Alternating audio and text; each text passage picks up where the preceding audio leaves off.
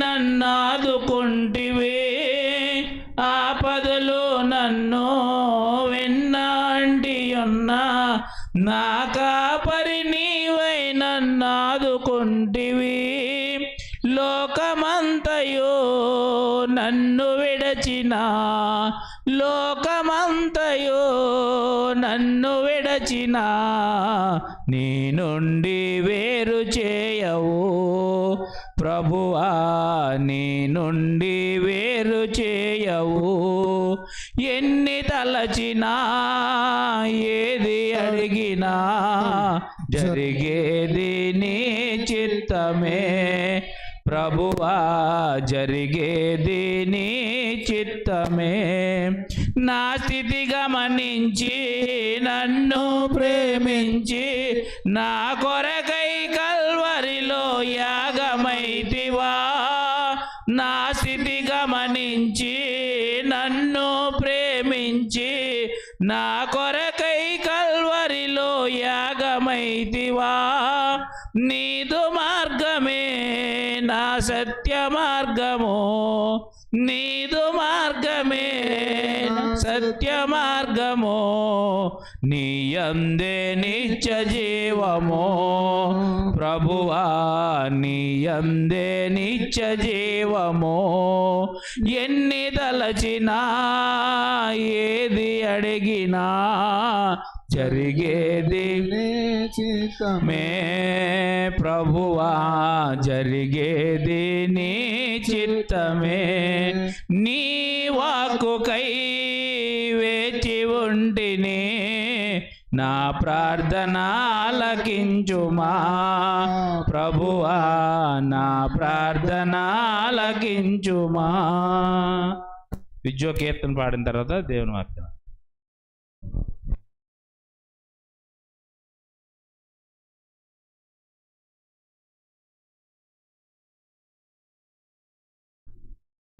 నూట 75వ పాట పాడుకుందాం. అలల పైనే నడచినాదు నాదు మెస్సయ్యా, నాదు మెస్సయ్యా. గలిబిలినా కలవరములను తొలగ చేసిన కలుషహరుడా, గలిబిలినా కలవరములను తొలగ చేసిన కలుషహరుడా. నాదు మెస్సయ్యా ఆదుకోవయ్యా, నాదు మెస్సయ్యా ఆదుకోవయ్యా. శుద్ధుడాని పిలుపు వింటిని, ఆదరికినే పయనమైతిని. శుద్ధుడాని పిలుపు వింటిని, ఆదరికినే పయనమైతిని. ప్రోద్దిపోయెను భయములాయెను, ప్రోద్దిపోయెను భయములాయెను. ఉద్ధరించా దేవరావా, ఆదుకోవయ్యా నాదు మెస్సయ్యా, ఆదుకోవయ్యా నాదు మెస్సయ్యా. నట్టనడి సాంద్రాన రేగెను హాటహాసపు పెను తుఫాను.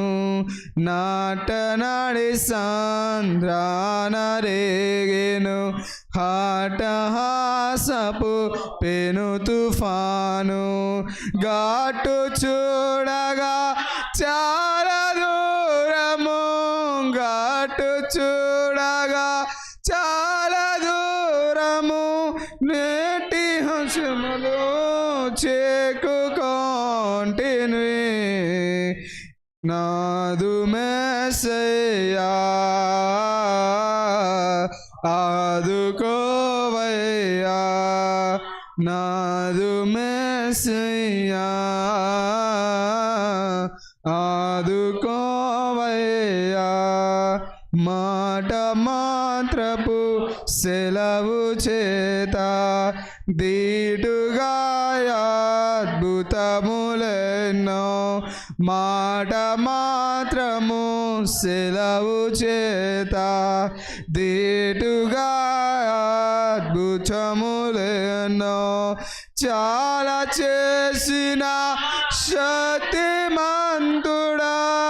చాలా చేసిన శక్తిమంతుడా జాలి చూపి రేవు చేర్చవా ఆదుకొన్సయ్యా ఆదుకోవయ్యా అనాదు మెస్సయ్యా ఆదుకోవయ్యా అలలపైనే నడచినావా నాదు మెస్సయ్యా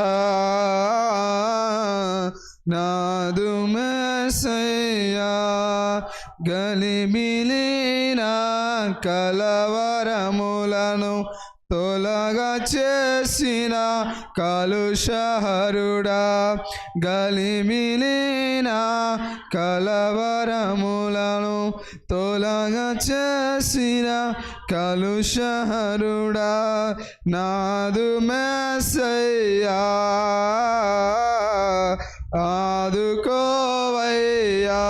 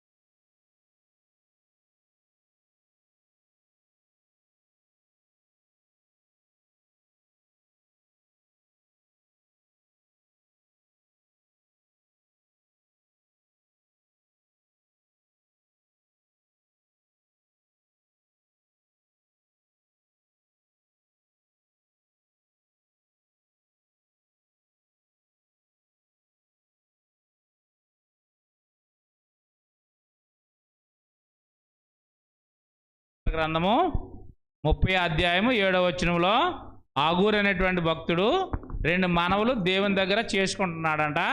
ఆయన బతుకుండగానే అది నాకు దయచేయమని కోరుకుంటున్నాడు. ఒకటి ఏంటంటే వ్యర్థమైన వాటికి దూరంగా ఉండాలని కోరుకుంటున్నాడు. 2 అబద్ధములకు దూరంగా ఉండాలి. వ్యర్థమైనవి ఏంటో మనం చూసాము. దేవుడు తోడై ఉండని ప్రయాస వ్యర్థమని చూసాం. అలాగే నోటికి కళ్ళెం పెట్టుకోవాలని భక్తి వ్యర్థమని చూసాం. ఇలాగన కొన్ని సంగతులు మనము వ్యర్థమైనవి ఏంటో మన పాఠంలో మనం ఆలోచన చేసాం. ఇప్పుడు అబద్ధముల గురించి నేర్చుకుంటున్నాం. అబద్ధముల గురించి నేర్చుకుంటున్నటువంటివి మనము దేవుని పిల్లలుగా అబద్ధమునకు మనం దూరంగా ఉండాలి, అబద్ధం ఆడకూడదు అనేది గ్రంథం చెప్పే సమాచారము. కాబట్టి ఉపోద్ఘాతంలో అబద్ధం అంటే అర్థం ఏంటంటే ఇతరులను మోసపుచ్చడానికి చెప్పే ప్రతిదీ అబద్ధమే. ఇతరులను మోసపుచ్చాలనేటువంటి ఆలోచనతో చెప్తాం కదా, అలా చెప్పే ప్రతిదీ అబద్ధమే. అంటే ఏంటి? ఇతరులను మోసపుచ్చడానికి మనం చెప్పే ప్రతిదీ కూడా అబద్ధమే. 2 వంచి నాశనం చేయటానికి హాని చేయడానికి చెప్పేవి కూడా అబద్ధాలే. వంచి నాశనం చేయడానికో హాని చేయడానికో చెప్తారు. అలా చెప్పే ప్రతిదీ కూడా అబద్ధమే. అబద్ధం అంటే అది అర్థం. కాబట్టి అబద్ధం ఆడ నేరని దేవుని యొక్క స్వభావం అన్నాడు. దేవుని స్వభావం అబద్ధం ఆడ నేరని స్వభావం. దేవుడు అసలు అబద్ధం ఆడడం అన్నాడు, ఆడడం అనమాట. అబద్ధం ఆడ నేరని దేవుడు. కాబట్టి దేవుని స్వభావము అబద్ధం ఆడ నేరని స్వభావం అనమాట. తీతుపత్రిక 2వ అధ్యాయంలో, తీతుపత్రిక 1వ అధ్యాయం 3వ వచనంలో అబద్ధం ఆడ నేరని దేవుడు అనాది కాలం మంది నిత్య జీవం మనకు అనుగ్రహిస్తాడు. తీతు పత్రిక కలిపి ఉంటాయి 4 వచనాలు మధ్యలో దేవుని దాసుడను యేసుక్రీస్తు యొక్క అపోస్తులుడును తీతు 1 తీతు 1:2 కాడి నుంచి చదవాలి. నిత్య జీవనం గురించినటువంటి నిరీక్షణతో కూడిన భక్తికి ఆధారమగు సత్య విషయమైన అనుభవ జ్ఞానం నిమిత్తము దేవుని దాసుడను యేసుక్రీస్తు అపోస్తులుడైన పౌలు మన అందరి విశ్వాస విషయంలో తీతుకు శుభమని చెప్పి రాయినది. ఆ నిత్య జీవమును అబద్ధమాడనారని దేవుడు అనాది కాలమందే వాగ్దానం చేశాడు అన్నాడు అనమాట. కాబట్టి నిత్య జీవం గురించి వాగ్దానం చేసిన దేవుడు ఎవరన్నమాట? అబద్ధమాడనేరని దేవుడు అనమాట. దేవుని స్వభావం ఏంటంటే అబద్ధమాడనేరని స్వభావం అనమాట. దేవుడు ఎప్పుడు అబద్ధం ఆడడు అసలే. అందువలన సంఖ్యాకాండం 23 అధ్యాయంలో బిలాము బాలాకు యొక్క ద్రవ్యానికి ఆశపడి ఇశ్రాయేలు ప్రజల్ని శపించాలని ప్రయత్నం పడుతూ ఉంటాడో, కానీ శపించడం అతని వల్ల కాదనమాట. ఆ క్రమంలో బిలాము అనేటువంటి దేవుని ప్రవక్త దేవుని గురించి ఈ విధంగా మాట్లాడుతున్నాడు. 23 అధ్యాయము సంఖ్యాకాండము 19వ వచనం. సంఖ్యాకాండము 23 అధ్యాయము 19వ వచనంలో దేవుడు అబద్ధమాడుటకు ఆయన మానవుడు కాదు, పశ్చాత్తాపట్టుటకు ఆయన నరమాత్రుడు కాడు. ఆయన చెప్పి చేయకుండానా, ఆయన మాట ఇచ్చి స్థాపించకుండానా ఇదిగో దీవించమని నాకు సెలవాయను, ఆయన దీవించాను, నేను దాన్ని మార్చలేను అన్నాడు అనమాట. కాబట్టి దేవుని చిత్తాన్ని ఎవడో మార్చలేడు, దేవుని చిత్తాన్ని దేవుడు కూడా మార్చడు. ఒకసారి ఆయన ఉద్దేశించిన తర్వాత తన ఉద్దేశాల విషయంలో ఆయన పశ్చాత్తాపడ్డాడు, ఆ ఉద్దేశాన్ని నెరవేర్చి చూపిస్తాడు. మనకులాగా ఏవో ప్రయత్నాలు తలపెట్టి ఈ ప్రయత్నాల వల్ల అంటే మనం ఎదరకు సాగలేమని బ్రేక్ చేస్తాం మనం. ఆయన అలా బ్రేక్ చేయడు. మనం సమ్మతించినటువంటి వాటి విషయంలో మనకు మనమే తీర్పు తీర్చుకుంటాం, పశ్చాత్తాపడతాం. అయ్యో నేను ఎలాగెందుకు చేశానే, ఇలా చేయకుండా ఉంటే బాగుండే, అయ్యో ఎలాగెందుకు వెళ్ళాను, వెళ్ళకుండా ఉంటే బాగుండే అని మనం పశ్చాత్తాపడుతూ ఉంటాం. దేవుడు అలాగ ఎప్పుడు చేయడు. ఆయన దేవుడు కనుక ఆయన పశ్చాత్తాపడ్డం, ఆయన దేవుడు కనుక అబద్ధం ఆడడం, మాట మార్చడం, మనకలాగా మాట మార్చడం. ఆయన నరుడు కాదు అబద్ధం ఆడటానికి. ఆయన దేవుడు కనుక ఆయన మాట సత్యం అనేసాడు దావీదు. సమూయేలు గ్రంథంలో 2వ సమూయేలు గ్రంథం 7వ అధ్యాయం 28వ వచనంలో దేవుడు కనుక ఆయన మాట సత్యం అన్నాడు అనమాట. సమూయేలు 2వ గ్రంథము 7వ అధ్యాయము 28వ వచనంలో యెహోవా నా ప్రభువా మేలు దయచేయుదునని నీవు నీ దాసుడనైన నాకు సెలవిచ్చున్నావే, నీవు దేవుడు గనక నీ మాట సత్యము అన్నాడు అనమాట. ఏమన్నాడు? నీ మాట సత్యము అన్నాడు. కీర్తన గ్రంథము 89వ అధ్యాయంలో దావీదుతో అబద్ధమాడను అన్నాడు దేవుడు. దావీదుతో అబద్ధమాడను, నేను మాట ఇచ్చాను, ఆ మాట నెరవేర్తాను అన్నాడు. కీర్తన గ్రంథము 89వ అధ్యాయం. కీర్తన గ్రంథము 89వ అధ్యాయంలో దావీదుకి దేవుడు సత్యప్రమాణం చేశాడంట, అబద్ధం ఆడను అని చెప్పాడు అనమాట. 37వ వచనంలో నా పరిశుద్ధతతోడని నేను ప్రమాణం చేసి తిని దావీదుతో అబద్ధం ఆడను అన్నాడు అనమాట. కదండి, దావీదుతో అబద్ధం ఆడను, నా పెదవుల గుండా వెళ్ళిన మాట అంటే నెరవేరుతాను అన్నాడు అనమాట. 33వ వచనంలో నా కృపను అతనికి బొత్తుగా ఎడమ చేయను, అబద్ధికుడినే నా విశ్వసత్యతను విడవను, నా నిబంధన నేను రద్దుపరచను, నా పెదవుల గుండగా వెళ్ళిన మాటలను మార్చను, అతని సంతానం శాశ్వతంగా ఉండిననియో, అతని సింహాసనం సూర్యుడినంతకాలం నా సన్నిధి నుండిననియో, చంద్రుడినంతకాలం అది నిలిచిననియో, మింట నుండి సాక్షి నమ్మకంగా ఉన్నట్టు అది స్థిరపరచబడిననియో దేవుడు తనతోడని ప్రమాణం చేశాడంట. దావీదు విషయంలో మాట మార్చడంట. దేవుని స్వభావం అది కదండి. దేవుని స్వభావం ఏంటనమాట? అబద్ధం ఆడనేరని స్వభావం. తిమోతి 2వ పత్రికలో, తిమోతి 2వ పత్రిక 2వ అధ్యాయం 13వ వచనం. కొన్ని వచనాలు ఇక్కడ వేయలేదు, మీరు నేను తర్వాత మీకు చెప్తున్నాను అనమాట. తిమోతి 2వ పత్రిక 2వ అధ్యాయం 13వ వచనం. మనము నమ్మదగని వారమైనను, నమ్మదగిన వారం కాదు, నమ్మదగని వారమైనను ఆయన నమ్మదగిన వాడుగా ఉండును. ఆయన తన స్వభావానికి విరుద్ధంగా ఏదియో చెయ్యలేడు. అది పరిస్థితి. అబద్ధం ఆడటము అంటే దేవునికి సాధ్యమా కాదా? అబద్ధం ఆడటం దేవుడికి అసాధ్యం, సాధ్యం కాదండి. ఎందుకంటే అబద్ధం ఆడే స్వభావం దేవునిది కాదు. ఆయన స్వభావానికి విరుద్ధంగా దేవుడు ఏం చేయలేడు. మరి అబద్ధం ఆడగలడా? ఆడలేడు. దేవుడు ఆడలేడు. అదేండి, అబద్ధం ఆడటము దేవునికి అసాధ్యము కదా. అందువలన దేవుడు అబద్ధం ఆడనేరని స్వభావం కలిగిన వాడు అనేది మనం చూస్తున్నాం. రెండవది, అబద్ధం ఆడే స్వభావం సాతాను స్వభావం. అదేండి, అబద్ధం ఆడే స్వభావము సాతాను స్వభావం అన్నమాట. యోహాను సువార్త 8వ అధ్యాయము 44వ వచనం. యోహాను సువార్త 8వ అధ్యాయము 44వ వచనం. యోహాను సువార్త, మీరును మీ తండ్రి యగు అపవాది సంబంధులు మీ తండ్రి దురాశలు నెరవేర్చగోరుచున్నారో ఆది నుండి వాడు నరహంతకుడు అయ్యుండి సత్యమందు నిలిచిన వాడు కాడు. వాని యందు సత్యమే లేదు. వాడు అబద్ధం ఆడినప్పుడు తన స్వభావం అనుసరించే మాట్లాడును. వాడు అబద్ధికుడును అబద్ధమునకు జనకుడునై ఉన్నాడు అన్నాడు అనమాట. అబద్ధము అంటే పుట్టడానికి కారణం ఎవరన్నమాట? సాతాను అన్నమాట. వాడు అబద్ధ స్వభావం కలిగిన వాడు. వాడు మాట్లాడినప్పుడు వాడు స్వభావం అనుసరించి అబద్ధాలు ఆడుతూ ఉంటాడు అనమాట. ఎవరైనా అబద్ధికులై ఉన్నారనుకోండి, వారు సాతాను యొక్క సంబంధులు అనమాట. కయీను సాతాను యొక్క సంబంధి అయి తమ్ముడిని చంపాడు. ఇక్కడ కూడా ఏం చెప్పాడు?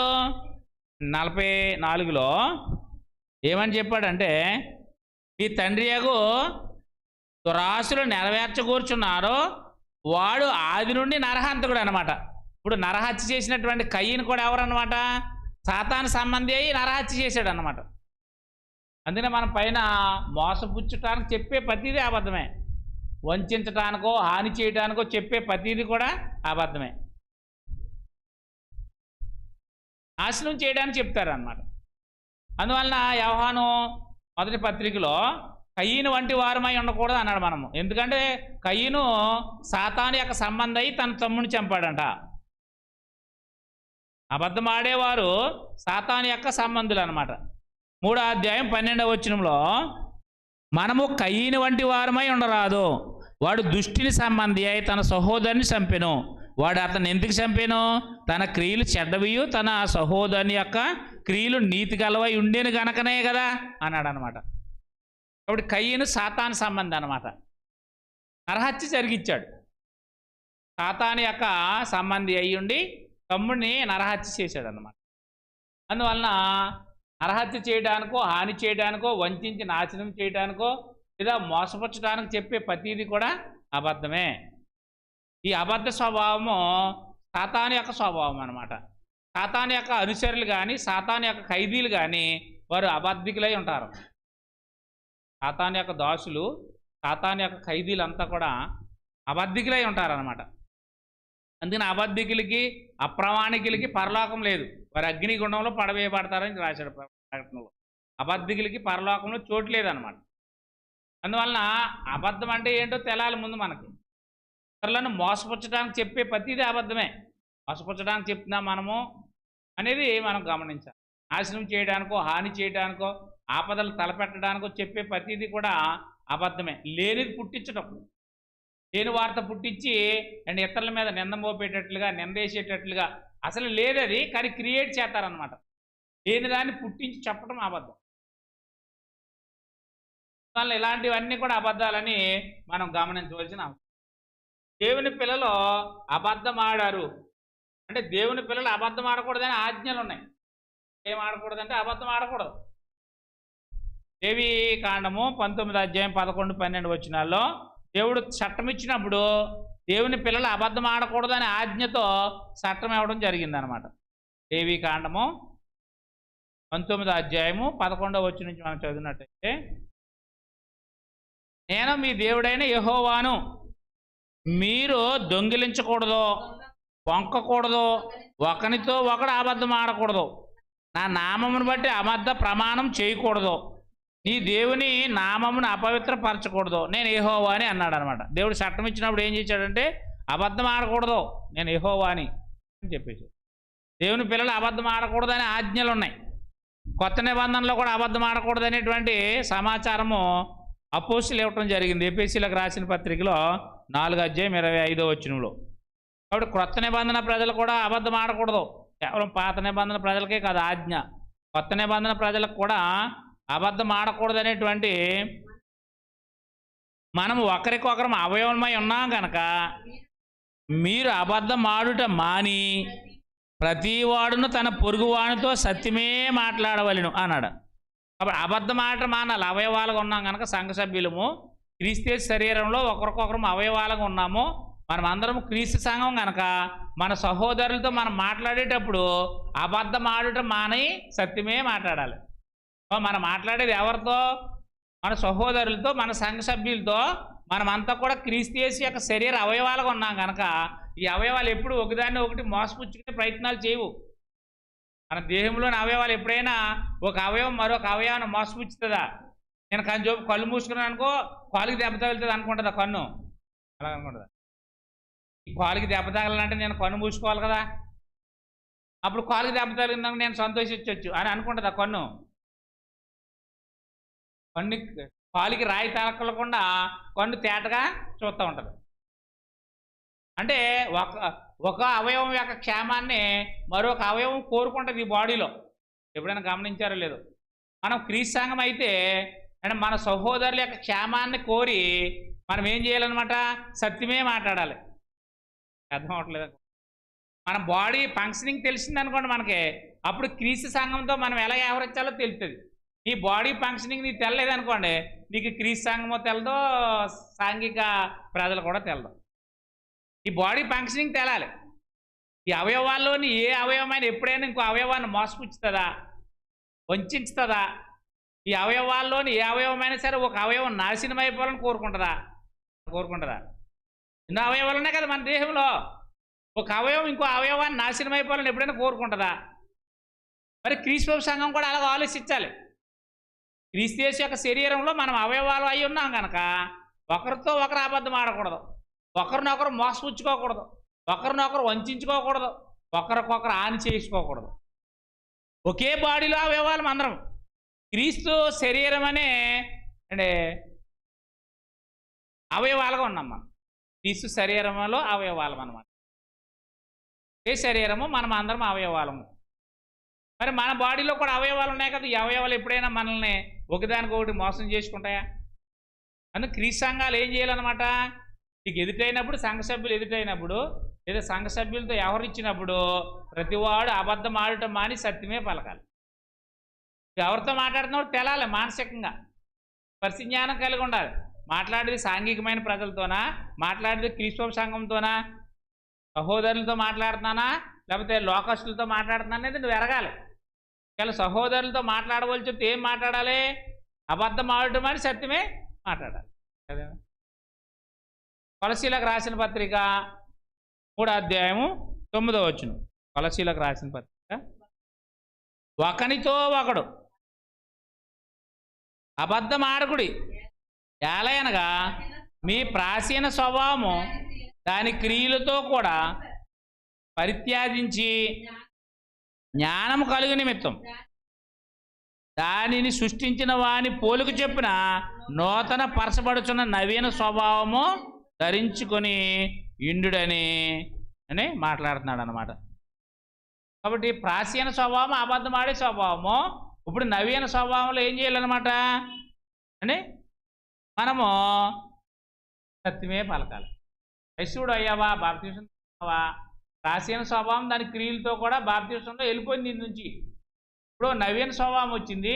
ఆ నవీన స్వభావం ధరించిన వారంతా కూడా తన సహోదరులతో సత్యమే మాట్లాడాలి. స్పెసిఫిక్గా మాట్లాడాడు. మనము ఒకరికొకరం అవయవాలు ఉన్నాం కనుక, మనం అందరము సహోదరులమై ఉన్నాం కనుక అబద్ధం ఆడటం మాని సత్యమే పలకాలి. ఎందుకో రీజన్ కూడా చెప్పాడు. ఎందుకు నువ్వు సత్యం మాట్లాడాలి? మనం సహోదరులము క్రీస్తు సంఘంలో అవయవాలుగా ఉన్నాం. క్రీస్తు సంఘం అంటే ఆయన శరీరం అని, ఆయన శరీర యొక్క అవయవాలుగా ఉన్నాం మనం. మన బాడీకి అవయవాలు ఎలాగ ఉన్నాయో ఆయన సంఘములో మనం అవయవాలుగా ఉన్నాం. ఈ అవయవాలన్నీ కలిపి ఒక సంఘంగా ఉంది. ఈ అవయవాలు వేరే లేవు, ఒకే శరీరానికి ఉన్న అవయవాలు అన్నమాట సంఘం అంతా. క్రీస్తు గురించి క్రీస్తు సభ్యులకి తెలపడం ఇబ్బంది. ఇంతకీ మత నాయకులకో లోకస్తులకో తెలకపోతే తప్పులేదు. క్రీస్తు సంఘం అని చెప్పుకునే వారికి క్రీస్తు సంఘం యొక్క ఫంక్షనింగ్ తెలపడం తప్పు. తెలకపోతే వారు క్రీస్తు సంఘ సభ్యులతో సరిగా వ్యవహరించలేరు, ఇంకా సాంఘిక భాషే మాట్లాడతారు, గౌరవించుకోరు. ఒక అవయవము ఇంకో అవయవం కంటే ఘనతగా ఎంచుకోవాలని చెప్పింది గ్రంథం. అందుకని సహోదరులు కలిసినప్పుడు చాలా గౌరవగా ఆనరబుల్గా మాట్లాడాలి, సాంఘిక భాష ఉపయోగించకూడదు. ఎందుకు? మన సంఘ సభ్యులం కనుక, అంటే ఒక అవయవం కంటే మరొక అవయవం ఘనంగా ఆనరబుల్గా మాట్లాడాలి, గౌరవప్రదంగా. ఎందుకంటే మనం క్రీస్తు యొక్క అవయవాలుగా ఉన్నాం. క్రీస్తు యొక్క అవయవాలు గౌరవంగా ఉండాలి. అందుకని మాట్లాడేటప్పుడు చాలా జాగ్రత్తగా మాట్లాడవలసి ఉంటుంది సంఘ సభ్యులతో.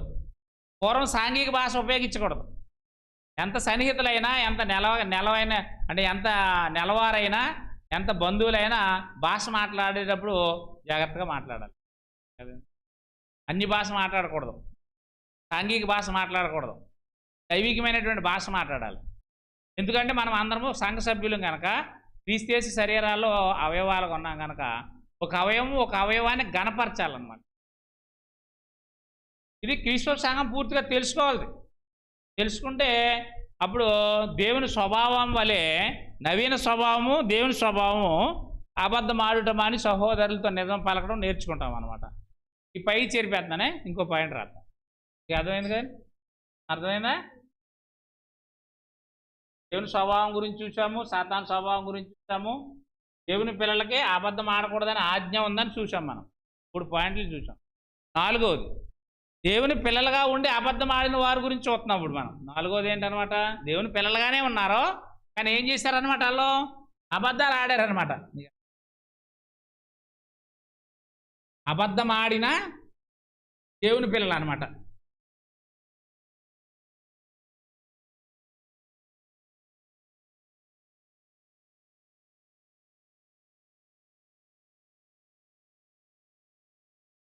అబద్ధం ఆడిన దేవుని పిల్లలు ఎవరు చెప్తారా? ఎవరైనా అబద్ధం ఆడిన దేవుని పిల్లలు ఉన్నారా? అబద్ధం ఆడిన దేవుని పిల్లలు ఉన్నారా గ్రంథంలో? ఎవరు మాట్లాడతలేదు? ఎవరు? ఒకరు చెప్పండి.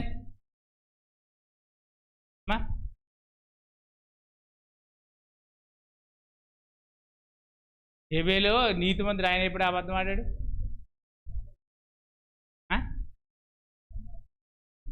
హేబేలు నీతిమంతుడు అమ్మా, ఆయన అబద్ధం ఎందుకు ఆడతాడు? మొట్టమొదటి నీతిమంతుడు హేబేలు.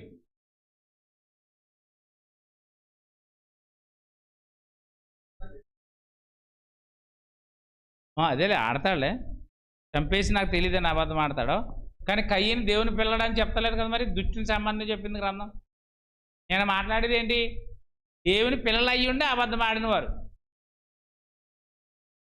దేవుని పిల్లలు అయ్యి ఉండి అబద్ధం ఆడాలి. ఇప్పుడు గ్రంథము కయ్యన్ని ఏమంటుంది? సాతాను సంబంధం అంటుంది. సాతాను సంబంధం కనుక అబద్ధం ఆడాడు. దేవుని పిల్లలు అయ్యి ఉండి అబద్ధం ఆడిన వాళ్ళ గురించి చెప్పాలి ఇప్పుడు మనం. పాయింట్ అది. దేవుని పిల్లలు అయ్యి ఉండి అబద్ధం ఆడిన వారు చెప్పాలి. ఎవరున్నారు గ్రంథంలో? యాకోబు కుమారులు ఉన్నారు. యాకోబు కుమారులు ఏం చేశారంటే యేసోని అమ్మేశారు. యేసోపుని అమ్మేశారు. అమ్మేసి వచ్చి ఏం చేశారు? తండ్రి దగ్గర కడగృహం ఏదో సీల్ చేసిందని చెప్తున్నారు. అమ్మేసిన వాళ్ళు వెళ్ళే, కానీ తండ్రి దగ్గర నిజం చెప్పట్లేదు. 37వ అధ్యాయంలో ఆదికాండము పాపం ఆయన ఎంతో తీవ్రంగా దుఃఖిస్తా ఉన్నాడు అనమాట ఆ చిన్న కుమారుడు కోసం. అయినా సరే వీళ్ళు నిజం చెప్పట్లేదు. 37వ అధ్యాయము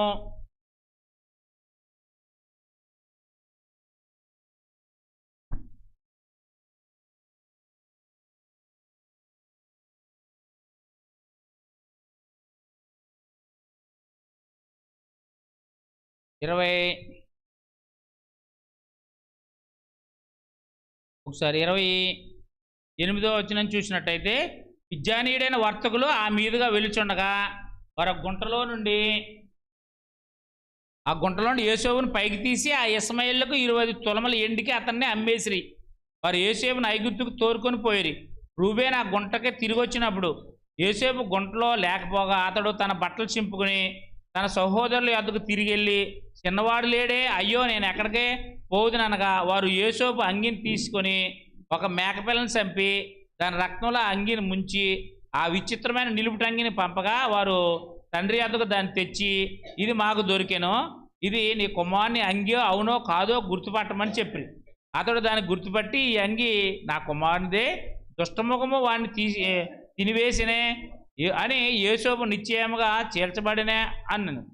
యాకోబు తన బట్టలు చింపుకుని తన నడుము గోనెపట్టు కట్టుకుని అనేక దినములు తన కుమారుని నిమిత్తం అంగలార్చుండగా అతని కుమారులందరూ అతని కుమార్తెలందరూ అతన్ని ఓదార్చుటకు యత్నం చేసిరి.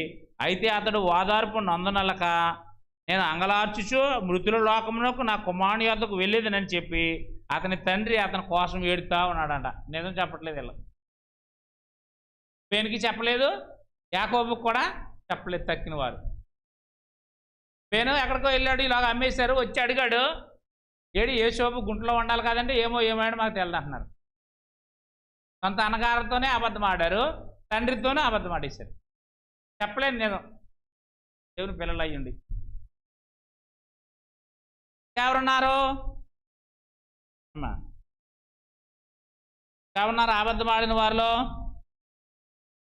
గెహాజీ ఉన్నాడు. ఎవరన్నమా? గెహాజీ ఉన్నాడు. ఎలీషా దగ్గర అంటే శిష్యుడిగా పనిచేస్తున్నాడు. ప్రవక్త యొక్క శిష్యుడు అతను, మామూలుడు కూడా కాదు. తర్వాత అప్పుడు ఎలీషా తర్వాత ఇతనే ప్రవక్త అవ్వాలి.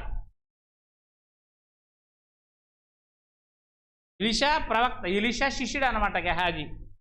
నయమనేటువంటి ఒక సైన్యాధిపతి తనకు కుష్ఠరోగం ఉందని వస్తాడో, వచ్చిన తర్వాత వెండి బంగారాలు బస్తుగా తీసుకొస్తా ఉంటాడో, ఎలీషా వాటిని తీసుకోకపోతే ఈ గెహాజీ ఏం చేస్తాడో, అయ్యో నా ఏలిన వాడు తీసుకోవట్లేదే అని చెప్పి ఈయనకి ఆశ పుట్టి ఏం ఎర్రనట్టు వెళ్ళి ఆ రథం వెనకాల, ఇగో ఇప్పుడే ఎవరో ఇద్దరు వచ్చారు, నాకు మా ఏలిన వాడు పంపించాడు, మా యజమానుడు కొద్దిగా వెండి బంగారాల దుస్తులేమ్మని అడుగుతాడు. రాజుల గ్రంథంలో గెహాజీ అబద్ధం ఆడాడు అనమాట. 2వ రాజుల గ్రంథము 5వ అధ్యాయం 20వ వచనం నుంచి మనం చదివినట్టయితే, 5వ అధ్యాయం 20వ వచనము, అంతటా దైవజనుడని ఎలీషాకు సేవకుడకు గెహాజీ, సిరియావాడని నయోమాను తీసుకొచ్చిన వాటిని అంగీకరించుటకు నా యజమానికి మనసు లేకపోయేనే కానీ యెహోవా జీవముతోడు నేను పరిగెత్తుకుని పోయి అతను కలుసుకుని అతని యొద్ద ఏమైనా తీసుకుందని అనుకుని నయమాను కలుసుకున్నట్టుగా పోచుండగా నయమాను తన వెనక నుండి పరుగున వచ్చుచున్న వాడిని చూచి తన రథము మీద నుండి దిగి వాడిని ఎదుర్కొని క్షేమమా అని అడిగాను. అతడు క్షేమమే అని చెప్పి నా యజమానుడు నా చేత వర్తమానం పంపి, ప్రవక్తల శిష్యుల్లో 2 యవనస్తులు ఎఫ్రాయిం మన్యం నుండి నా యొద్దకు ఇప్పుడే వచ్చిరు కనుక నీ వారి కొరకు 2 మణుగుల వెండియో 2 దుస్తుల బట్టలను దయచేయమని సెలవిచ్చున్నాడా నేను. అందుకు నయమాను నీకు అనుకూలమైతే రెట్టింపు వెండిని తీసుకోమని బతిమాలి 2 సంచులలో 4 మణుగుల వెండి కట్టి 2 దుస్తుల బట్టలు ఇచ్చి తన పనివారిలో 2 మీద వేయగా వారు గెహాజీ ముందర వాటిని తీసుకొని పోయి మెట్ల దగ్గర వారు రాగానే వారి యొద్ద నుండి గెహాజీ వాటిని తీసుకుని ఇంట్లో దాసి వారికి సెలవీగా వారు వెళ్ళిపోయారు. నయమాను యొక్క సేవకులు. అతడు లోపలికి పోయి తన యజమాని ముందర నిలవగా ఎలీషా వాడిని చూసి, గెహాజీ నీవు ఎచ్చటి నుండి వచ్చితు అని అడిగినందుకు వాడు, నీ దోషుడనే నేను ఎచ్చటికి పోలేదే అన్నాడు అనమాట. వెళ్ళలేదా? ఇప్పుడు ఏమన్నాడు అడిగితే, నేను ఎక్కడికి వెళ్ళిన ఇక్కడే ఉన్నాను అంటున్నాడు కదండి. అప్పుడు ఏమన్నాడు, అంతటా ఎలీషా వానితో, ఆ మనుషుడు తన రథము దిగి నిన్ను ఎదుర్కొనుటకు తిరిగి వచ్చినప్పుడు నా మనసు నీతో కూడా రాలేదా? ద్రవ్యము, వస్త్రములు, ఒలువ చెట్ల తోటలను, ద్రాక్ష తోటలో గొర్రెలను, ఎడ్లను, దాసీదాసులను సంపాదించుకుంటూ ఇది సమయమా? కాబట్టి నయమాను కలిగిన కుష్టు నీకును నీ సంతతికిని సర్వకాలము అంటియుండును అని చెప్పగా వాడు మంచువలే తెల్లనైన కుష్టు కలిగి ఎలీషా ఎదుటి నుండి బయటికి పోయాడంట. ఇంకా చనిపోయే వరకు ఆ కుష్టి పోదు అన్నాడు అనమాట కదండి. ఎప్పుడు దాకా అన్నాడు అమ్మ? ఎప్పుడు దాకా అన్నాడమ్మా? సర్వకాలం అన్నాడు అనమాట. సర్వకాలం అంటే ఇంక చచ్చిదాకా ఉంటుంది కుష్టి. అందువల్ల దేవుని యొక్క ప్రవక్త యొక్క శిష్యుడై ఉండి ఆయన సొంత అంటే యజమానుడైనటువంటి ప్రవక్తతోనే శిష్యుడు అబద్ధం ఆడాడు అనమాట. దేవుని పిల్లలు అయ్యిండి అబద్ధాలు ఆడారు వీళ్ళంతా. దేవుని పిల్లలు అబద్ధం ఆడకూడదు అదే. కాబట్టి దేవుని పిల్లలు అయినటువంటి వారు అబద్ధాలు ఆడినటువంటి దాఖల గ్రంథాల్లో ఉన్నాయన్నమాట. ఇంకా అపోస్తుల కార్యం 5వ అధ్యాయంలో మనం చదివినట్టు అననీయ సప్పీర ఇద్దరు కూడా భార్యాభర్తలు ఇద్దరు కూడా అబద్ధం పలకడానికి ఏకమయ్యారంట. అబ్బాయి ఎంత తెలివైన వాళ్ళు చూడండి. దేవుని పిల్లలు అయ్యి ఉండి అంటే నిజం పలకడానికి ఏకమవ్వాలి భార్యాభర్తలు, కానీ ఏం చేశారు? అబద్ధం పలకడానికి ఏకమయ్యారనమాట. ఇద్దరు చచ్చారు. అపోస్తుల కార్యము అమ్మా అనానియా అనే ఒక మనుషుడు ఉన్నాడో తన భార్య అయిన సప్పీరాతో ఏకమై పొలం అమ్మారంట. భార్య ఎరుకనే వారు దాని ఎలలో కొంత దాచిపెట్టారంట. కొంతేమో దాచిపెట్టారు, కొంతేమో అపోస్తుల పాదాల దగ్గర ఇట్టారంట. అర్థమైందా? పేతురు అననీయా నీ భూమి వెలలో కొంత దాచుకొని పరిశుద్ధాత్మను మోసపుచ్చుటకు సాతాను ఎందుకు నీ హృదయం ప్రేరేపించెను? అది నీ యొద్దన్నప్పుడు నీదే కదా. అమ్మిన పిమ్మట నీ వశమై ఉండలేదా? ఎందుకు ఈ సంగతి నీ హృదయంలో ఉద్దేశించుకొని ఉన్నావో? నీవు మనుషులతో కాదు దేవునితోనే అబద్ధం ఆడిదు అని చెప్పాడంట. దేవునికి ఇద్దాకే పొలం అమ్మేశారు, దేవుని ప్రజలకే వారి అక్కర్ల అవసరాలు తీర్చడానికి. ఇద్దరు ఏకమై ఏం చేశారు? అమ్మిన దాంట్లో కొంత దాచిపెట్టేసుకున్నారు. అలాంటి భార్య భర్తలు కూడా ఉంటారు, జాగ్రత్తగా చూసి. ఒకవేళ భార్య ఏదైనా అబద్ధం ఆడితే భర్త నివారించాలి, భర్త ఏదైనా అబద్ధం ఆడితే ఏం చేయాలి? భార్య నివారించాలి. అయ్యో మనం దేవుడిని నమ్ముకున్నాం, మీకు ఎలాంటి ఆలోచన వచ్చింది అని భర్తని నివారించాలి. ఒకవేళ భార్య అబద్ధం ఆడుతుంది అనుకో, భర్త నివారించాలి. కానీ ఇద్దరు అననీయ సప్పీరులాగా ఏకీవించారనుకో పరిస్థితి చాలా దారుణంగా ఉంటుంది. దేవుడు అబద్ధం ఆడవు, దేవుని పిల్లలు అబద్ధం ఆడకూడదు. ఒకవేళ ఎవరికైనా బలహీనమైన ఆలోచనలు వచ్చిందనుకో, భార్యకు వస్తే భర్త నివారణ చేయాలి, భర్తకు వస్తే భార్య మనం దేవుడిని నమ్ముకొని ఇలాంటి ఆలోచన వచ్చి రాకూడదు అసలేనే అని చెప్పాలి. చేద్దాం అన్నాం అనుకోండి, ఇది అననీయ సప్పీరులాగా ఉంటుంది అన్నమాట వ్యాపారం. ఇద్దరు కూడా ఏకీభవించారంట, ఎరికిగానే అమ్మారంట, కొంత దాచిపెట్టుకున్నారంట. మళ్ళీ భార్య వచ్చిందంట, భార్యను కూడా అలాగనే అడిగాడంట. భార్యను అడిగితే 7వ వచనం ఇంచుమించు 3 గంటల సేపటికి వాని భార్య జరిగినది ఎరగకయే లోపలికి వచ్చిందంట. అప్పుడు పేతురు మీరు ఆ భూమిని ఇంతకే అమ్మితురా నాతో చెప్పమని అడిగాను. అందుకు ఆమె అవును ఇంతకే అమ్మమని. ఎందుకంటే మరి ఇద్దరే డిసైడ్ చేసుకున్నారు కదా. ఇతను చచ్చిపోవడని ఆమెకు తెలీదు, ఇతను చనిపోవడం పరుసు వాళ్ళు అతను తీసిపోయారు. ఆమె చనిపోవడానికి తెలీదు, ఇలా పేతురు అడుగుతాడని కూడా తెలియదు. ఆల్రెడీ ఇంటికాడ నిర్ణయం చేసుకున్నారు కదా. భర్త మాటకు ఏకీభవించి అవును ఇంతకే అమ్మేశామని కలిపి పరిశుద్ధాత్మను మోసపుచ్చారు, దేవుని ఎదుటి అబద్ధం ఆడేశారు. అందుకని ఇద్దరు కూడా అక్కడికక్కడే చనిపోయారు అనమాట దేవుని సన్నిధానం. మనం అలా చావం కానీ మనం పరలోకం వెళ్ళం. అబద్ధం ఆడితే దేవుని పిల్లలు అబద్ధం ఆడితే పరలోకం వెళ్ళరు. ప్రకటన గ్రంథంలో దేవుని పిల్లలు అబద్ధం ఆడితే పరలోకం వెళ్ళే పరిస్థితి ఉండదు వాళ్ళకి. 21వ అధ్యాయంలో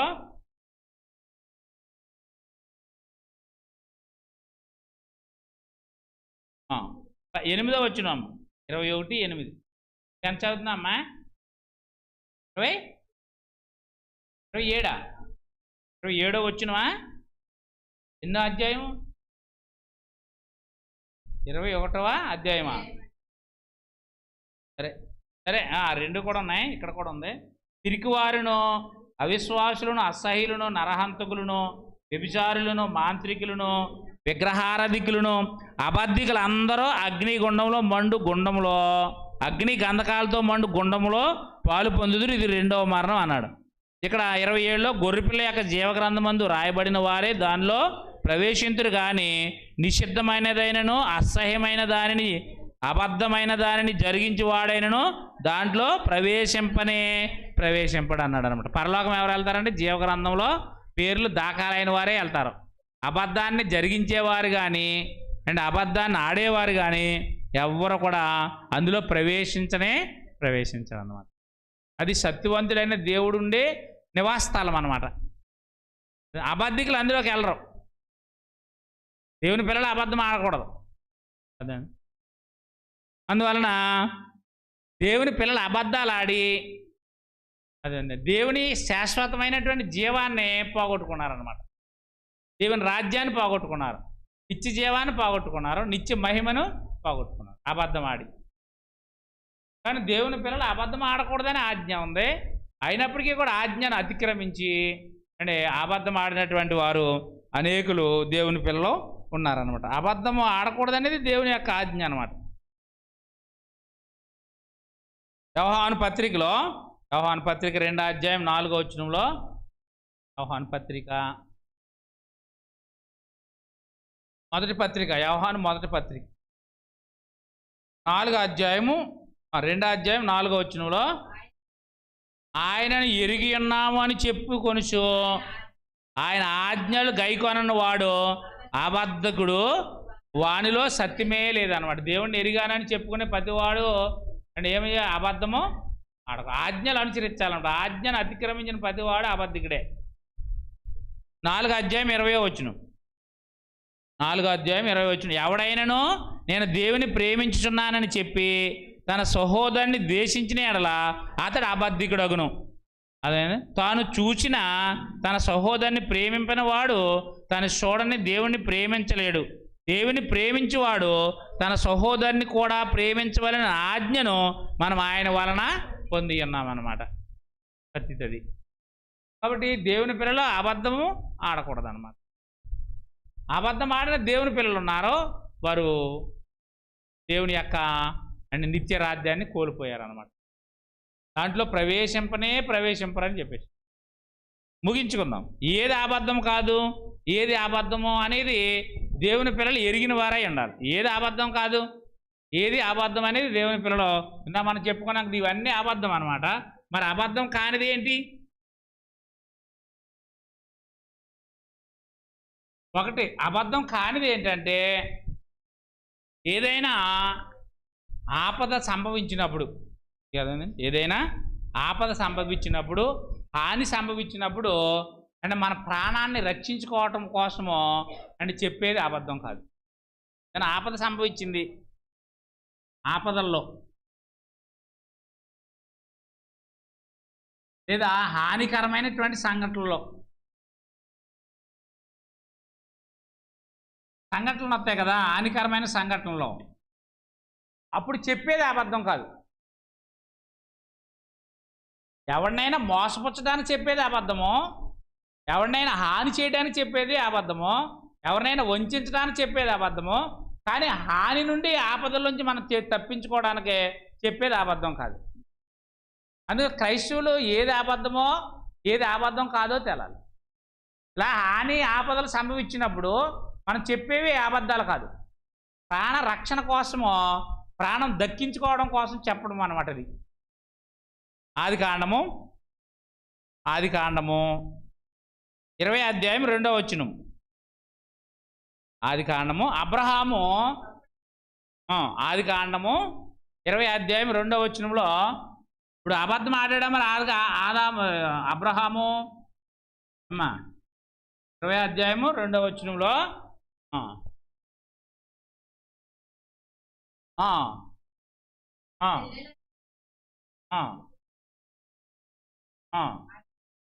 అబీమెలెకు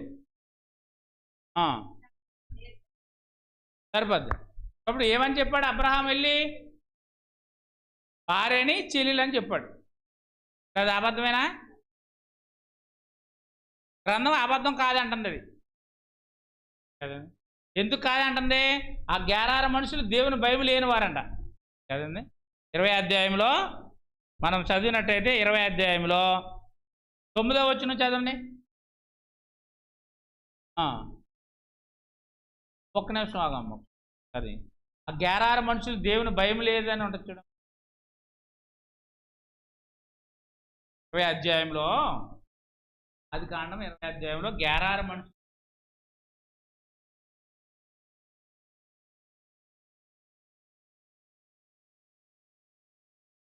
11వ వచనం చదువు. 9 చదువు. అబీమెలెకు అబ్రహామును పిలిపించి, నీవు మాకు చేసిన పని ఏమిటి? నీవు నా మీదకిని నా రాజ్యం మీదకిని మహాపాతకము తప్పించినట్లు నేను నీ ఎడల చేసిన పాపం ఏంటి? చేయరాని కార్యములు నాకు చేసితు అని అబ్రహాంతో చెప్పాడంట అబీమెలెకు రాజు వచ్చి. అబ్రహాం భార్యను తీసుకుపోయిన తర్వాత దేవుడు అతను గద్దించాడు.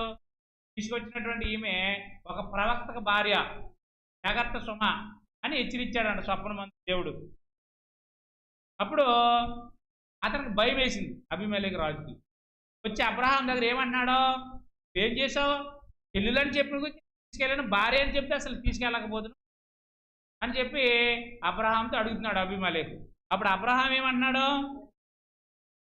మరియు అబీమెలెకు, నీవేమి చూచి కార్యము చేసితో అని అబ్రహాముని అడగగా, అబ్రహాము ఈ స్థలమందు దేవుని భయం ఏమాత్రము లేదు గనుక నా భార్య నిమిత్తము నన్ను సంపుదురు అనుకుని ఇలా చేశాడు. అబద్ధం ఆడా? ఇప్పుడు నువ్వేం చూసి ఇలా చెప్పావు? మీకు స్టోరీ అర్థం అవ్వాలి. అబీమెలెకు అబ్రహాముని అడుగుతున్నాడు, భార్యని చెల్లులని ఎందుకు చెప్పుకోవాల్సి వచ్చింది నీకు? ఏం చూసి నువ్వు ఇలా చేశావు? ఆ రాజ్యం మీదకి మా మీదకి ఇంత పాతకం ఎందుకు కట్టుకున్నావు అంటే, ఇదిగో ఈ స్థలంలో ఉన్నటువంటి ఈ మనుషులు దేవుని భయం లేని మనుషులు. నా భార్య నిమిత్తం నన్ను చంపేసి నా భార్యను తీసుకుపోతారు కదా. ఒకవేళ నా భార్య కాదని చెప్పాను అనుకో, నన్ను బతకనిచ్చి ఆమెను తీసుకుపోతారు.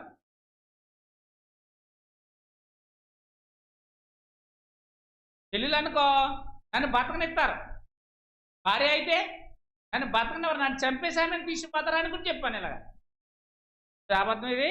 ఆయన ప్రాణం రక్షించుకోవడం కోసం చెప్పాడా? ప్రాణం రక్షించుకోవడం చెప్పాడు. అక్కడ దేవుని భయం లేని మనుషులు. ఇప్పుడు అబద్ధం అనాల దాన్ని? అబద్ధం కాదండి అది. ప్రాణరక్షణ కొరకు ఆపదలో ఉన్నాడో, అక్కడ దేవుని భయం లేని పిల్లలు ఉన్నారో, తాను నా భార్య అని చెప్తే ఆ భార్యను తీసుకుపోవడం కోసం ఆమె రూపచేయి ఉంది అందగాడు, దీన్ని చంపేసి ఏ గొడవ లేకుండా వారు వసూలు చేసుకుంటాకే ఈ నెలగైనా చంపేదనేటువంటి ప్రాణ భయంతో ఆ మాట చెప్పవలసి వచ్చింది. అది అబద్ధం కాదు. తమ ప్రాణం రక్షించుకోవడానికే, ఆపదల్లోంచి నెట్టివేయబట్టడానికే, హానికరమైనటువంటి ఆ స్థలంలోంచి బయటపడటానికే అని చెప్పినటువంటి మాట. అంతేగాని అబద్ధం కాదు ఇది. ఏది అబద్ధం కాదు అనేది మనం చూడాలన్నమాట. రెండవది, ఇప్పుడు యాకోబు ఉన్నాడు కదా, యాకోబు ఉన్నాడా? ఇప్పుడు యాకోబు అంటే మోసం చేసి అంటే దీవెనలు కొట్టేశాడా? అబద్ధం ఆడి తండ్రి దగ్గర అబద్ధం ఆడి దీవెనలు కొట్టేశాడా? ఏసావు అనంటే అవును నేను ఏసావుని అంటున్నాడు ఆయన. మరి అబద్ధం అది. ఆది కాండము 27 అధ్యాయం 19 చదివితే ఆయన ఏసావు కాదు యాకోబు. తండ్రి అడుగుతున్నాడు, నువ్వు ఏసావువా అని ఆయన అంటే అవును నేను ఏసావునే అంటున్నాడు. తాను సిద్ధపరిచినటువంటి రుచిగల భోజనము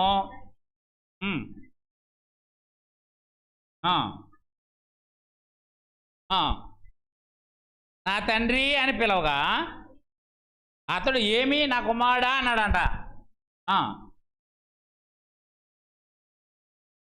నీవెవరు అని అడగ్గా నేను ఏసావని నీ జ్యేష్ఠ కుమారుని అన్నాడంట. మరి అబద్ధమే కదా, అబద్ధమే కదా. వాస్తవంగా నేను ఏసావా యాకోబే, కానీ ఏమంటున్నాడు? నీ జ్యేష్ఠ కుమారుడైనా ఏసావుని అంటున్నాడు. మరి అబద్ధమే కదా, అబద్ధమే కదా. గ్రంథం దీన్ని అబద్ధం అంటలేదు. మరి గ్రంథం దీన్ని అబద్ధం అంట ఏమంటుంది మరి గ్రంథము? దేవుని చిత్తాన్ని జరిగించడానికే మర్మంతో కూడినటువంటి మాట్లాడాలి జరగాలి. దేవుని చిత్తం అంటే రెబకాకు చెప్పాడు దేవుడు. ఏమని చెప్పాడు? నీకు ఇంకా పిల్లలైన పుట్టి మేలైన కీడు అయినా జరగకముందే పెద్దవాడు చిన్నవాడికి దోషుడు అవుతాడు అన్నాడు. అప్పుడు రెబకా ఏం చేసింది? దేవుని యొక్క చిత్తము తమ మనసులో ఏం చేస్తుంది? నిలుపుకుంది అనమాట. దాన్ని మనసులో తలపోసుకుంటూ ఉంటుంది. టైం వచ్చే వరకు చూస్తుంది అనమాట. టైం వచ్చిందంట. ఇప్పుడు ఇస్సాకు అనేటువంటి ఏం చేశాడంటే తన పెద్ద కుమారుని పిలిచి ఆయన నేను దీవులు ఇచ్చేస్తాను అన్నాడు. మరి దేవుని సంకల్పం నెరవేరాలి కదా, అందుకు తల్లి ఈ యాకోబుని నడుపుతుంది అనమాట. యాకోబు అబద్ధం ఆడట్లేదు, దేవుని చిత్తం దిశగా తల్లి నడుపుతుంది. అందువల్ల మర్మంతో కూడినటువంటి దేవుని చిత్తాన్ని నెరవేర్చడానికే ఏం చేసేటప్పుడు యాకోబే ఏసావునని చెప్తున్నాడు. ఏంటి దేవుని చిత్తము? పెద్దవాడు చిన్నవానికి దోష రావాలి. నామపత్రికలో 9వ అధ్యాయంలో రాయబడింది.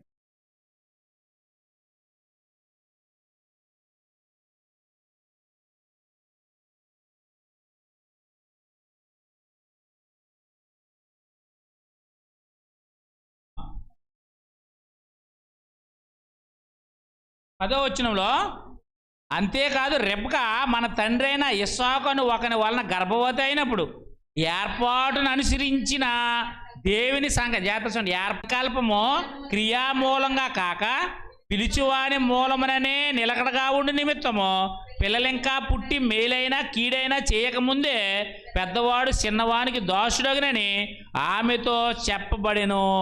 ఇందును గురించి నేను యాకోబుని ప్రేమించి తిని ఏసావును ద్వేషించితనని రాయబడి ఉన్నది. దేవుని యందు అన్యాయం ఉన్నదా? కాదు. ఇప్పుడు మరి ఎవరు నడుపుతున్నారు? తల్లి వెనకాలండి నడుపుతుంది. ఆదికాండం 27వ అధ్యాయము 6వ వచనం నుంచి మనం చదివినట్టయితే, ఆదికాండము 27వ అధ్యాయము 6వ వచనాన్ని అమ్మా, అప్పుడు రెబెకా తన కుమారుడైన యాకోబును చూచి, ఇదిగో నీ తండ్రి నీ అన్నైన ఏసావుతో ఇదిగో మృతుమందక పునుపు నేను తిని యెహోవా సన్నిధిని నేను ఆశీర్వదించినట్లు నా కొరకు మాంసం తెచ్చి నాకు రుచిగల భోజనము సిద్ధపరచమని చెప్పగా నేను విన్నాను. ఇప్పుడు మీ అన్నగారు కనుక పని చేశాడనుకో, దేవుని చిత్తము నెరవేరదు. కాబట్టి నా కుమారుడా నువ్వు రా, దేవుని చిత్తం జరిగించడం కోసము నువ్వు ఈ పని చేయాలి అన్నది. అదండి ఏమన్నది? కాబట్టి నా కుమారుడా నా మాట విని నేను నీకు ఆజ్ఞాపించినట్లు చేయము. నువ్వు మందకు వెళ్ళి 2 మంచి మేకపిల్లలను అక్కడి నుండి నా యొద్దకు తెమ్ము. వాటితో నీ తండ్రికి ఇష్టమైన రుచిగల భోజనములను అతనికి చేసేదును. నీ తండ్రి మృతి బంధక మునుపు అతడు వాటిని తిని నేను ఆశీర్వదించినట్లు నీ వాటిని నీ తండ్రి అదకు తీసుకొని పోవాలి. నేను ఈ 11వ వచనం జాగ్రత్త చూడండి. అందుకు యాకోబు నా సహోదరుడైన ఏసావు రోమము గలవాడు, నేనేమో నున్నని వాడును కదా. ఒకవేళ నా తండ్రి నన్ను తడివి చూచును, అప్పుడు నేను అతని దృష్టికి వంచడుగా తోసిన ఎడల నా మీదకి శాపమే కానీ ఆశీర్వాదం తెచ్చుకోను కదమ్మా. నేను అతని దృష్టికి వంచుడిని అవుతాను కదా, అబద్ధికుడిని అయిపోతాను కదా. ఇప్పుడు అబద్ధం ఆడా, వంచి దీవెనలు కొట్టేశాడా? మరి మత నాయకులు బోధిస్తారు కదా, మరి వాళ్ళని అడగాలి మీరు. అలాగే యాకోబు మోసగాడు, ఎలాగ ఆయన వంచన చేసి దీవెనలు పొందాడు మీరు చెప్పండి అని అడగాలి మీరు మత నాయకుల్ని. గురుంది కదా అని నేను ఇష్టం వచ్చినట్టు మాట్లాడేయకూడదు. వంచాడా? అసలు నేను ఇలా చేతి వంచకుడిని అయిపోతాను కదా, నేను నా తండ్రి ఎదుట దోషిని అయిపోతాను కదా, నా తండ్రి దగ్గర నుంచి నాకు శాపమే వస్తుంది కానీ ఆశీర్వాదం రాదు కదా. అమ్మ ఏంటి నువ్వు ఇలా చేస్తున్నావు అని తల్లిని నివారిస్తున్నాడు ఆయన. ఈ ఆశీర్వాదాలు కొట్టేయాలని దురాశ ఆయనకి లేదు. అర్థమవుతుందో లేదు అండి? ఆశీర్వాదాలు కొట్టేయాలని దురాశ యాకోబుకు ఉందా? యాకోబుకి ఇదంతా దేవుని సంకల్పం. దేవుని సంకల్పాన్ని అనుసరించి జరుగుతూ ఉంది. ఆ సంకల్పం తల్లికి చెప్పాడు దేవుడు. ఆ తల్లి తలపోసుకుంటూ ఉంటుంది. టైం వచ్చింది అనమాట. టైం వచ్చినప్పుడు ఆ సంకల్పము యాకోబు ద్వారా నెరవేర్చడం కోసము వెనకాలండి రోల్ మెయింటైన్ చేస్తుంది, నడుపుతుంది అనమాట దేవుని సంకల్పం దిశగా. దేవుడు చెప్తే చేస్తుందా, చెప్పకుండా చేస్తుందా? దేవుడు చెప్పేసాడు 2 జనపదాలు నీ గర్భంలో ఉంటాయి. ఒక జనపదం కంటే మరో జనపదము బలమైనది అయి ఉంటుంది. పెద్దవాడు చిన్నవాడికి దోషుడై ఉంటాడు. నిశ్చయముగా 2 జనములు నీ గర్భంలో ఉన్నాయని చెప్పేశాడు దేవుడు. చెప్పేసిన తర్వాత ఆ సంకల్పాన్ని రెబెకా తలపోసుకుంటుంది అనమాట. టైం వచ్చే వరకు చూసింది. టైం వచ్చేసింది. తండ్రి పిలిచాడు, అయ్యా నా దీవులు నీకు ఇచ్చేస్తాను అంటున్నాడు. ఇచ్చేటప్పుడు దేవుని సంకల్పం ఏమైపోతుంది అంటే యాకోబు విషయంలో నెరవేరదు. అందుకని తల్లికి తెలిసి కనుక ఆ చిత్తము, ఆ చిత్తాన్ని జరిగించడం కోసము మర్మంతో కూడినటువంటి కార్యక్రమాలు జరిగిస్తుంది. అలా జరిగించేది ఏది కూడా అబద్ధము కాదు. కాక సంఖ్యాకాండం చదివారు కదా మీరు. అక్కడ బిలాము అనే ప్రవక్త అంటే బాలాకు దగ్గర ఎండు బంగారాలు తీసుకుని అంటే శాప వచ్చినాలు పలికేదామని నిలబడ్డాడు. నిలబడితే ఆయన పలకగలిగాడా? పలకలేదు. ఒకవేళ యాకోబు విషయంలో ఇది దేవుని సంకల్పం కాదనుకో, మరి ఇస్సాకు పలకగలడా? యాకోబు మోసం చేయడానికి వచ్చాడు అనుకో, ఇప్పుడు ఇస్సాకు ఆ ఆశీర్వాదాలు ఈయనకి ఇవ్వగలడా? మరి అక్కడ బిలాము మోసం చేయడానికి వెళ్ళాడు, మరి పలకగలిగాడా? మరి ఇక్కడ ఈయన పలకగలిగాడు. పలకగలిగాడంటే దేవుని ఉద్దేశం ఉన్నదా లేదా? మరి ఇది అబద్ధమా కాదా? కాదు. ఇది అక్కడేం పలకలేకపోయాడు కదా. మరి 23వ అధ్యాయం సంఖ్యాకాండంలో ఆయన దీవించమంటే అంటే ఆయన శపించమంటే ఈయన దీవిస్తున్నాడు అక్కడ. అదండి సంఖ్యాకాండం 23వ అధ్యాయంలో బిలాము అనేటువంటి దేవుని ప్రవక్త అంటే దేవుని ఎదుట బాలాకు దగ్గర డబ్బులు తీసుకున్నాడు, వెండి బంగారాలు తీసుకున్నాడు, కానీ శపించమంటే దీవిస్తున్నాడు కదండి. ఎలా జరుగుతుంది మరి అది? మరి ఇక్కడ నిజంగా యాకోబు ఏసావును మోసం చేయడానికి ఇస్సాకు దగ్గరికి వెళ్ళాడు అనుకో, మరి ఇస్సాకు దీవించలేడు కదా, మరి ఆయన దీవిస్తున్నాడు ఇక్కడ కదండి. స్టోరీ ఎలా ఉంది? అక్కడేమో శపించవలసినోడేమో దీవిస్తున్నాడు. మరి ఒకవేళ నిజంగా యాకోబు దేవుని సంకల్ప ప్రకారం ఇస్సాకు నుండి దీవులు పొందుకోవాలని దేవుని ఉద్దేశం కాదనుకోండి, ఇస్సాకు దీవించడం ఇస్సాకు వల్ల కాదు.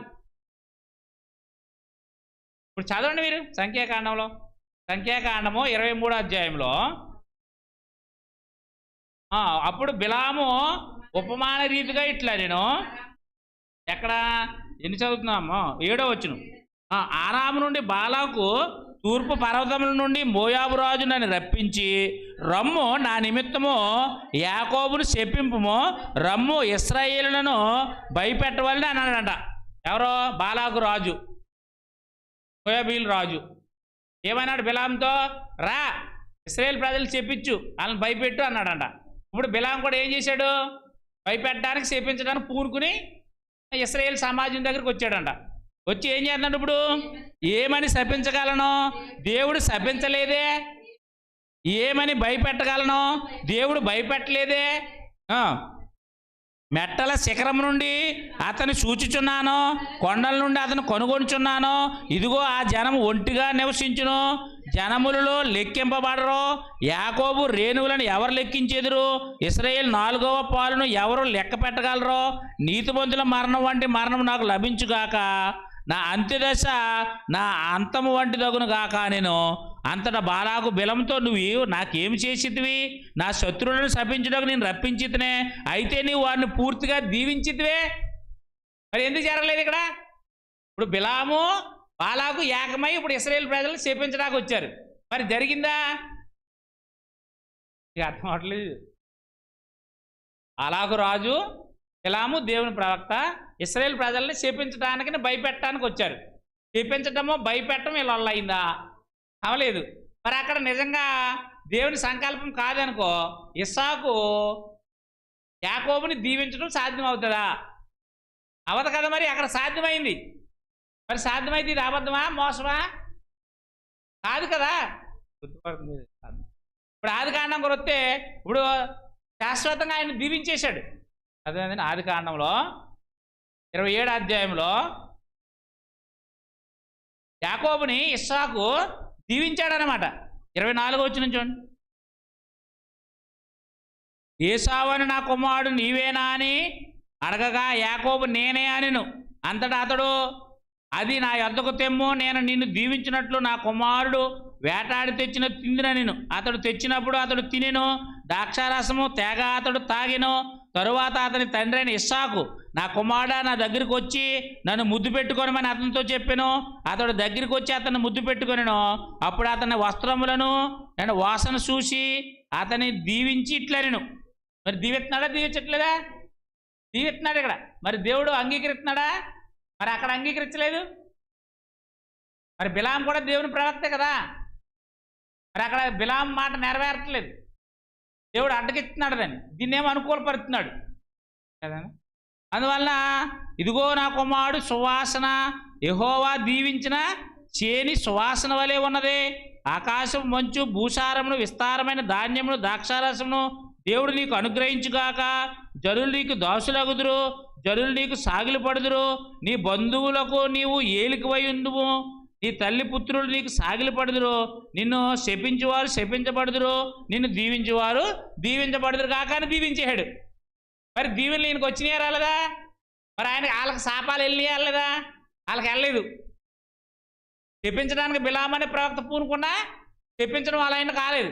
మరి దీవించడానికి ఈయన పూనుకున్నప్పుడు ఇది దేవునికి విరుద్ధం అనుకో, ఈ దీవెనలు యాకోబుకి ఎలాగెళ్తాయి? ఇసాకు నుండి ఇక్కడ మోసం జరిగిపోతుందని దేవుడు గమనించడా? ఆయన ఏట మాసానికి ఏటాడి మాసం తెచ్చివాడు ఇంకా రాలేదు. మరి దేవుడు చూస్తా ఊరుకుంటాడా? ఒకటి దీవెనలు ఒకటికి ఇచ్చేస్తాడా? అందువలన ఏది అబద్ధం కాదు?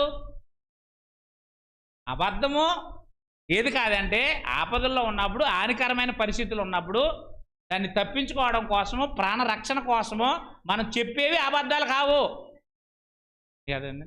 రెండు, దేవుని చిత్తం నెరవేర్చడానికే మర్మముతో కూడినటువంటి కార్యక్రమాలు జరిగించడము అబద్ధము. అదో దేవుడి జ్ఞానము సేవకులకి ఏదో ఉంటుంది, ఏదో మర్మంతో ఏదో ఒక కార్యక్రమాలు జరిగించారనుకో, దేవుని చిత్తాన్ని కేంద్రంగా జరిగిస్తారు. చూసావా సేవకుడు ఎంత మోసం చేసాడో.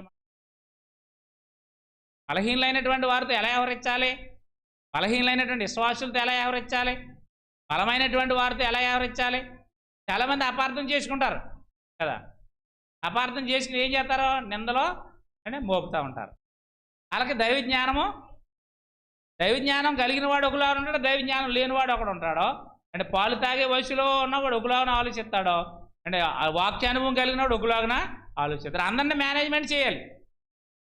దేవుని చిత్తం నెరవేరాలి, దేవుని చిత్తం జరగటానికే అంటే దేవుని చిత్తం దిశగా ఏవైనా కార్యక్రమాలు జరిగించినప్పుడు దాన్ని అవగాహన చేసుకోవడం, అర్థం చేసుకోవడం కొంతమంది చేత కాకపోతే అంటే అది అబద్ధంగా భావించకూడదు, మోసంగా భావించకూడదు. ఆయన ఉద్దేశాలు ఏంటో, ఆయన యొక్క నిర్ణయాలు ఏంటో మెల్లగా తెలుసుకునే ప్రయత్నము. అందుకని ప్రతిదీ అబద్ధమని అంటే మనం నమ్మకూడదు. అబద్ధం అంటే అర్థం ఏంటి? ఇతరులను మోసపుచ్చడానికి చెప్పేవి అబద్ధాలు అనమాట. లేదా మోసపుచ్చి దోసుకోవడానికో, అదే వంచడానికో, హాని చేయడానికో, ఆపదలో నెట్టడానికో అంటే పలికేవి అబద్ధాలు. ఇవన్నీ కూడా మనం అర్థం చేసి మన జీవిత కాలంలో అబద్ధాలకు దూరంగా ఉండాలి, వ్యర్థమైన వాటికి దూరంగా ఉండాలి. ఈ రెండు ఆగూరు అని దేవుని సముఖంలో ప్రార్థన చేశాడు. నా జీవిత కాలంలో ఈ రెండింటికి నాకు దూరంగా ఉండిచ్చు నన్ను, నేను ఇంకేం కోరుకోను. ఇవి ఎంత ప్రమాదకరమైనవో ఏంటి, వ్యర్థమైనవి ఎంతో ప్రమాదకరమైనవి, అబద్ధాలు కూడా ఎంతో ప్రమాదకరమైనవి గుర్తెరిగి వాటికి దూరంగా ఉండడానికి ప్రయత్నము చేయాలని మీ అందరికీ తెలియజేస్తూ ప్రార్థన చేసుకుంటాం. ఏం పేరమ్మా మీ అక్కగారు అబ్బాయి పేరా? ప్రీతమ్మ.